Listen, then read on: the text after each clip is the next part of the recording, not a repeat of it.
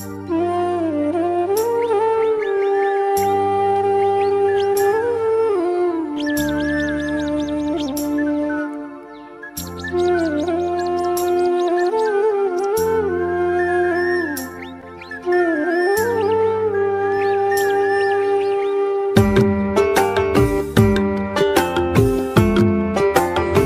সকাল বন্ধুরা, কেমন আছো? আশা করি যে যেখান থেকে আমার ভিডিও দেখছো সুস্থ আছো, ভালো আছো।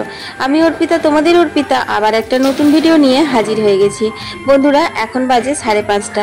আমি মুখ হাত ধুয়ে ফ্রেশ হয়ে আমার ডেলি কাজ, যেটা কাজ, বাসি কাপড় ছেড়ে দৌড়ে জলমারুলি করা হয়ে গেছে আর তুলসী মন্দিরে 1 ঘটি জল ঢালা হয়ে গেছে। তারপর আমি শুরু করলাম আজকের ব্লগটা। তো এখন কুয়ো থেকে জল তুলে নিচ্ছি, এখন আমি তুলসী মন্দিরটাও ধুয়ে নেব।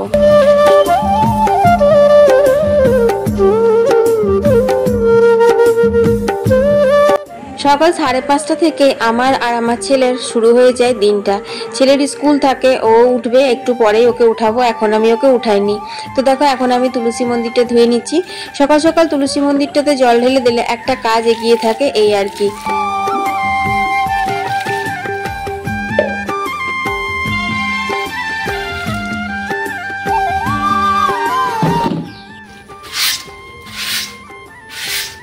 তো বুবলাকে উঠিয়ে দিলাম, ও আপনার নিজে ফ্রেশ হয়, ও তো নিজের কাজটা করে নিতে পারে।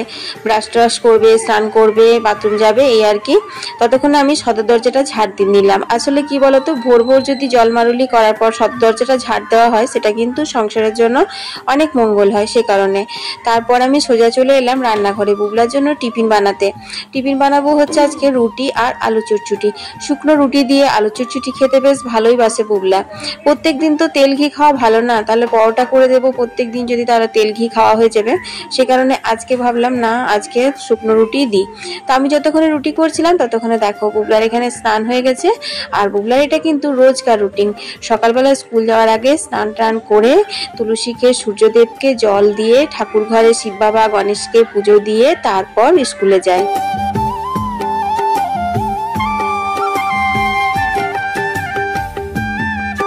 তো স্কুল ড্রেস পরে রেডি হবে, ততক্ষণ আমি দেখো এখানে টিফিনটা দিয়ে দিচ্ছি।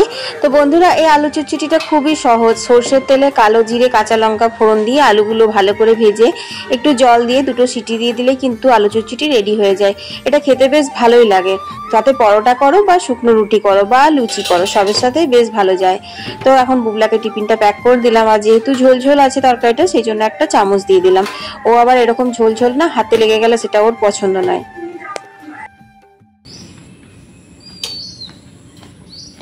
রেনকোটটাও ঢুকাসনি। মিঠু, কি খাচ্ছিলি? রাধে রাধে। ব্যাগটা নে, গুড মর্নিং কর সবাইকে। Good morning, Radhe Radhe. ব্যাগটা লে। বাই বুবলা। তো বুবলা এখন স্কুল যাচ্ছে, এখন বাজে 6:30। Bye. Good morning, good morning, good morning. তো বন্ধুরা, সকাল 6:30টার মধ্যে আমার কতগুলো কাজ হয়ে গেল তোমাদের সাথে সেটাই শেয়ার করলাম। যাই হোক, বুবলা এখন স্কুলে চলে গেছে। এরপর আমি ঠাকুর ঘরের বাসনগুলো মেজে নিচ্ছি। ঠাকুরের বাসন আমি আগের দিন সন্ধ্যেবেলায় যখন সন্ধ্যে দিয়ে গোপালকে শয়ন দিই তখনই কিন্তু নামিয়ে রাখি, সেজন্য এই সময় ধুতে কোনো অসুবিধা হয় না। যাই হোক, ঠাকুরের বাসন ধুয়ে এখন কয়েকটা কাচাকুচি আছে, সেগুলো কেচে নিই। আর চলো বন্ধুরা, কাচাকুচি করতে করতে তোমাদের সুন্দর সুন্দর কমেন্টের উত্তর দিয়ে দিই। সোদপুর থেকে মৌপ্রিয়া লিখেছে, দিদিভাই তুমি কত কাজ করো, প্রত্যেক দিন তোমার ভিডিও দেখি, কিন্তু আজকে ফার্স্ট টাইম কমেন্ট করলাম। কাজের সাথে সাথে তোমার এত পুজো পাশাও থাকে, আমার খুব ভালো লাগে তোমার ভিডিও দেখতে। তোমার ভিডিওতে যদি তুমি আমার নামটা নাও, আমি অনেক খুশি হব। তো এই যে মৌপ্রিয়া, তোমার নামটা নিয়ে নিলাম। আর অনেক অনেক ধন্যবাদ গো এত সুন্দর কমেন্ট করার জন্য। কিন্তু এতদিন ধরে ভিডিও দেখো, আজকে ফার্স্ট টাইম কেন? কমেন্টটা প্রত্যেক দিন করো, আমার সবার কমেন্ট পড়তে অনেক ভালো লাগে। দুর্গাপুর থেকে মাম্পি কমেন্ট করেছে, দিদিভাই একটা মেয়ে সংসারে কত পরিশ্রম করে, সকাল থেকে রাত পর্যন্ত অনেক কাজ করে, তবুও যদি তাকে শুনতে হয় যে তুমি সারাদিন বাড়িতে বসে বসে কি করছো, তাহলে সে কতটা কষ্ট পায়। যারা এই ধরনের কথাগুলো বলে, তাদের যদি সাহস থাকে তাদের মাকে এই ধরনের কথাগুলো বলুক। তো মাম্পি, তুমি ঠিকই বলেছো, সত্যি কথায় সকাল থেকে রাত পর্যন্ত আমরা অনেক পরিশ্রম করি, কিন্তু যদি কেউ আমাদেরকে এই ধরনের কমেন্ট করে যে তুমি সারাদিন কি করছো, তখন সত্যি মনের মধ্যে রাগ না জানো তো খুব অভিমান হয়, দুঃখও হয়। তো কিছু করার নেই, আমাদের সমাজকে তো আমি তুমি দুজন মিলে মানে পরিবর্তন করতে পারবো না। তবে আশা করি এইভাবে যদি দিনে দিনে পরিবর্তন হয় তাহলে একদিন হয়তো তারাও বুঝবে যে না, ঘরের বউরা অনেক সংসারের কাজ করে। তবে এই কাজ নিয়ে না অনেকগুলো কথা মনে পড়ে গেল। আমার যখন বিয়ে হয়নি তখন আমার মা বলতো, কি করে যে সংসার করবি, তোর বয়সে সবার বিয়ে হয়ে ছেলের মা হয়ে গেল, তোর এখনো পর্যন্ত কিছু আক্কেল হলো না, এরকমটা বলতো। আসলে কি বলতো, আমার মা চারিদিকটা সামলে নিত, সেই জন্য না আমাকে সেরকম ভাবে কাজ কিছু করতেও হতো না। আর পড়তে পড়তে তো বিয়েই হয়ে গেছিল, কাজ করার সেরকম সুযোগ পাইনি। তারপর যখন বিয়ে হয়ে শ্বশুর বাড়ি এলাম তখন শাশুড়ি মায়ের কাছে সবসময় এটা শুনতে হতো যে মা কিছুই শেখায়নি, হাতুতুতু করে আঁচলের তলায় বড় করেছে, এই আর কি। তবে এখন যে কাজগুলো করি, এখন আর না তো মা বলে যে কি করে সংসার করবি, আর না শাশুড়ি মা বলে মা কিছুই শেখায়নি। তো কাজ যুগটা শিখে রাখা অনেকটাই দরকার। আর সত্যি কথা বলতে কি, আমাদের ভারতবর্ষতে না এরকম পরিবার খুব কম আছে যারা বউকে হাতে ধরে সবকিছু শিখিয়ে নেয়। সবাই চায় একদম পুরো মানে পাকা পোক্ত একটা মেয়ে বাড়ির বউ হয়ে আসবে। তারপরে আবার সেটা বয়স বেশি হলেও চলবে না, কম বয়সী মেয়ে চায়, কিন্তু একদম যেন সংসারের উপযুক্ত পাকাপোক্ত থাকে, এই আর কি। যাই হোক, মেয়েদের এই সমস্যা চিরস্থায়ী আমার মনে হয়, কখনোই কমবে না। কারণ এখনো পর্যন্ত আমাদের দেশে মেয়েরা আমরা স্বাধীন নই। এই যে আরজি কলেজে যে ঘটনাটা মেডিকেল কলেজে ঘটলো, তাতে করে আবারও একবার প্রমাণ হয়ে গেল যে আমরা সত্যিই স্বাধীন নই।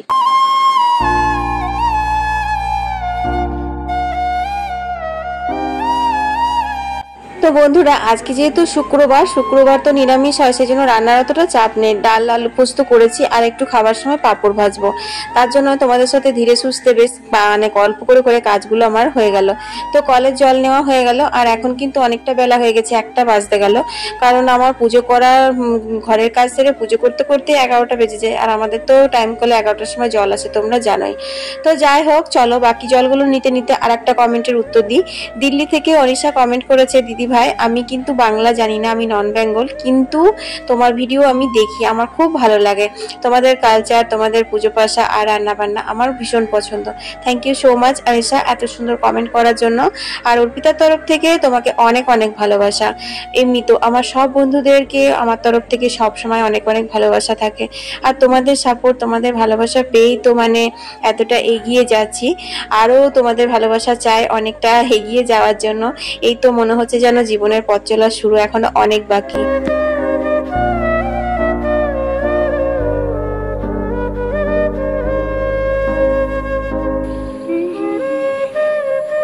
তো দেখো বন্ধুরা, আকাশটা কত সুন্দর লাগছে। এখন কিন্তু বিকেল হয়ে গেছে, খাওয়া দাওয়ার পর আর রেকর্ডিং করিনি, একটু শুয়েছিলাম।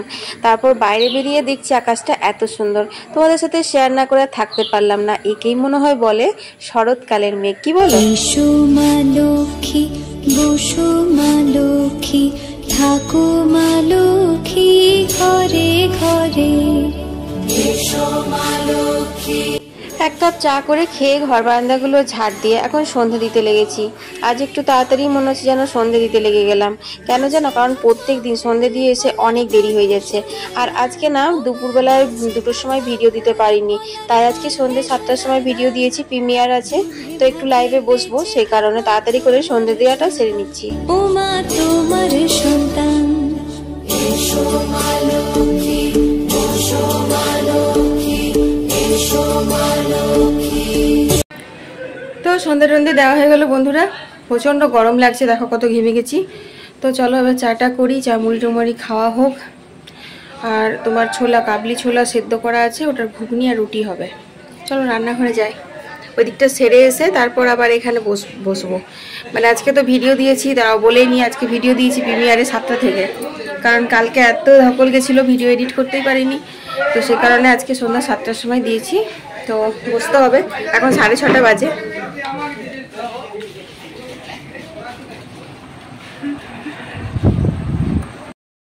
ওই বেলাতে ভাত খাওয়ার সময় পাঁপড় ভেজেছিলাম, তারপর আর কড়াইটা মানে নামাইনি, ধুতে দিইনি।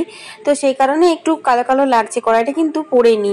তো দেখো আমি সর্ষের তেল দিয়ে দিলাম, তারপর দিয়ে দিলাম হচ্ছে 5 ফোড়ন, তারপরে একটু হিং দিলাম। হিং ফোড়ন দিলে না দেখবে খুব সুন্দর লাগে। হ্যাঁ, একটু হলুদ দিলাম যাতে করে মশলাগুলো না তেল ছিটে আসে, সেই জন্য। তো যাই হোক, এরপর দিয়ে দেবো হচ্ছে আদা বাটা।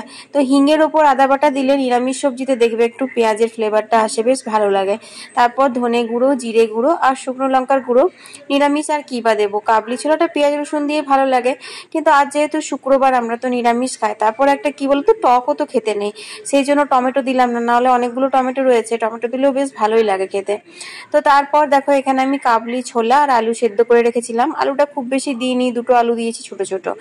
তো তোমার যেহেতু নিরামিষ করছি, গ্রেভিটা তো দরকার, সেই জন্য তো আলুটা আমি ভালো করে মানে থেসে দেবো, একদম আলু রাখবো না, ওটাতে গ্রেভিটাও বেশ ভালো হবে। তো ভালো করে কষিয়ে নিচ্ছি। আর এখন আমি দেবো হচ্ছে বাটার পনির মশলা। এটা পনির মশলা, কিন্তু এর ফ্লেভারটা খুব ভালো লাগে, বিশেষ করে এই কাবলি ছোলাটার সাথে না গন্ধটা খুব ভালো যায়, সেজন্য ওটা একটু দিয়ে দিলাম। নিরামিষ দিনে একটু অন্যরকম স্বাদ আনার জন্য আর কি। যাই হোক, কষিয়ে পরে এবার ভালো করে জল ঢেলে দিয়েছি। তো দেখো কত সুন্দর হয়েছে, আর গন্ধটা না কি বলবো, সেটা তো তোমাদেরকে বলে লাভ নেই, আমি বুঝতে পারছি খুব সুন্দর বেরিয়েছে। তো বন্ধুরা, ছোলাটা হোক, আর একটু চা করে মাকে দিয়ে দিগা। মুড়ি একটু খাবে বললো, চপ আছে, চপ মুড়ি দিয়ে দেবো মাকে, আর আমিও একটুখানি মুড়ি নিয়ে নেবো, তার সাথে নেবো হচ্ছে একটুখানি ছোলাটা। খুব সুন্দর গন্ধ বেরিয়েছে, মানে দেখে মনে হচ্ছে একটু খাই খাই মুখটা ছাড়বে এই আর কি। কাল থেকে নিরামিষ, কালকেও নিরামিষ খেয়েছি, আজকেও আবার নিরামিষ। আর আসছে কাল তো গণেশ পুজো, আবার আমাদের পরশুদিন অরন্ধন মানে পান্থপালা উনুন পুজো, তো সে কারণে কালকে আবার রান্না বান্না আছে, তো মাছ তো করতেই হবে। তো মাছ একটু ঠেকানো হবে, কি হবে না এখন জানি না, আগের থেকে কিছু বলবো না। যাই হোক, চলো আজকের ভিডিওটা বাড়াবো না, এখানেই শেষ করে দিচ্ছি। সবাই ভালো থেকো, সুস্থ থেকো, আর কাল একটা দামদার ভিডিও নিয়ে হাজির হয়ে যাব। কাল প্রচুর রান্না বান্না, 2 দিনকার রান্না বান্না করতে হবে, তার সাথে আমাদের মন্দিরে গণেশ পুজো হবে, সেটাও শেয়ার করবো। কি কি বলছি তাও ঠিক নেই, মানে মাথাটা পুরো সর্দি করে গেছে জানো তো, গরমটার জন্য এত বেশি গরম লাগছে যে কি বলবো। তো সবাই ভালো থেকো, সুস্থ থেকো, টাটা।